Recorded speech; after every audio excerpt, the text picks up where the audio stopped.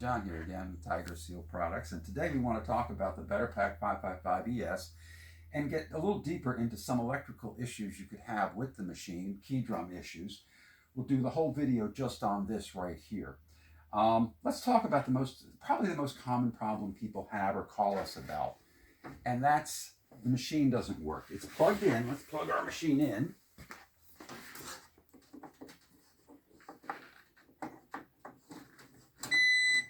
And we turned it on, you can hear the beep, but what happens is none of the keys work on the keypad. Even though the cover is closed, none of the keys are working except you hear a beep from the plus and minus key. The most common issue that causes that is a missing magnet right here. This little magnet is embedded in the front cover. And when it's closed, when the cover's closed, you'll hear a little click. Oops, that's a loud click. Okay, what that indicates is that triggers the keypad to operate. So if the magnet's missing, the keypad won't work even though the cover's closed. This can often happen after you change a roll of tape. You open the cover, you slam it down, and that magnet falls out. If you're lucky, the magnet will be stuck somewhere on the frame. Somewhere along here, you'll find the magnet. Just stick it back in, maybe put a little sealant on the magnet to hold it in. The other thing you can do if the magnet's missing and you can't find it is take a refrigerator magnet and cover the little white magnetic proximity switch right here. Temporarily, that will allow the machine to work. So if the magnet's missing, you can't find it, just cover it and then order a magnet. They're kind of cheap. Okay, let's talk a little bit about the keypad. There's two parts to the keypad on the machine. There's the rubber numbered pad, and the rubber numbered pad is model specific. So this model is the BetterPack 555ES, and this is an ES keypad. There's also an ESA, which has an extra button, the EL, which has long length. So the keypad is model specific. Under the rubber keypad, let's take this off for a second and take a look under the keypad. So you've got the rubber numbered keypad, and under that you have the membrane switch panel or pad, and this is common to all machines. And to replace it, you will have to remove the bezel and the rubber numbered keypad and the key drum and disconnect it from the control board, the membrane switch from the control board. Okay, so we put the rubber numbered pad back on, and now we want to remove the key drum itself and take a look inside the machine at some common issues, from the control board to the tape length and the magnetic proximity switch that we talked about earlier. And there are 5 screws. We've already removed 4 of them here. We want to remove the last one here. Now, when you remove the last screw, don't let the key drum flop open, or it can break the information cables coming off of the membrane switch.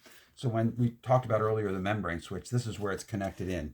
And let's look at that, because there's a correct and a right way and a wrong way to plug in the membrane switch. With the membrane switch, the only way I can do it is to tell you the light part of this cable here is always on the outside, and the dark part is the inside of the 2 cables. So you've got the light cable and the dark cable. Light cable goes in front, dark cable goes in back. Okay? Now, when you open up the machine, and if it's plugged in and you're checking stuff in there, be careful, because you're dealing with live wires, live electricity.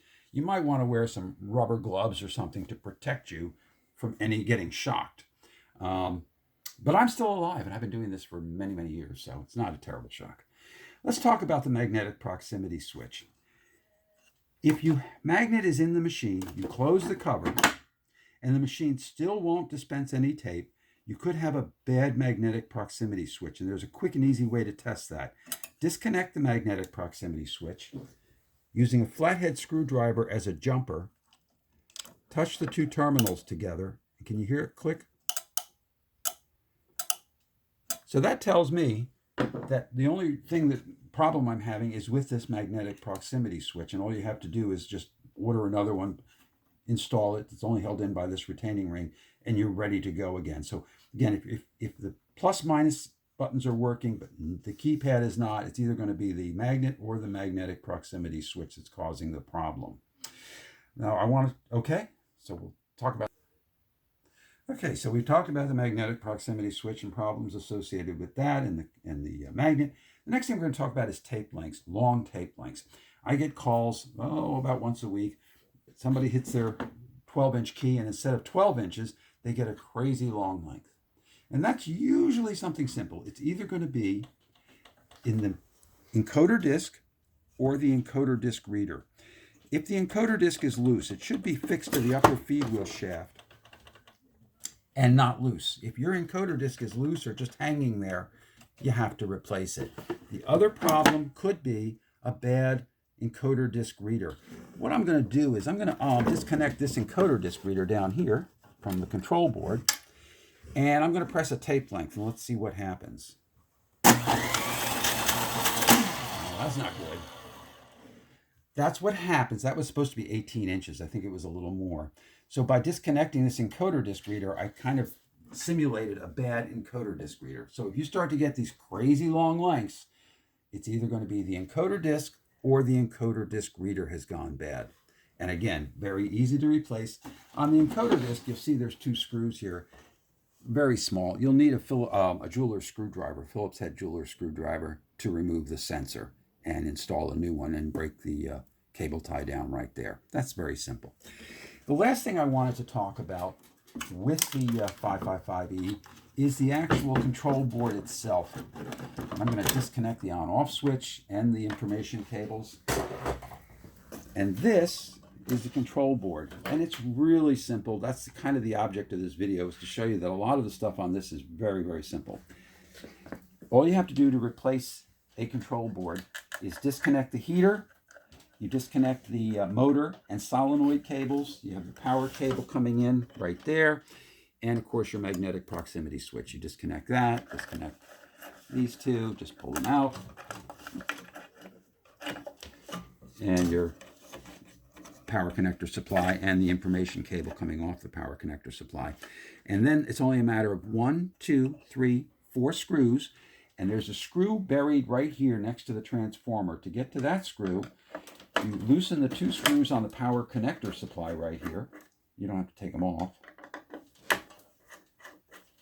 That will allow you to swing the power connector supply out of the way and get to the 5th screw, which is buried right in here.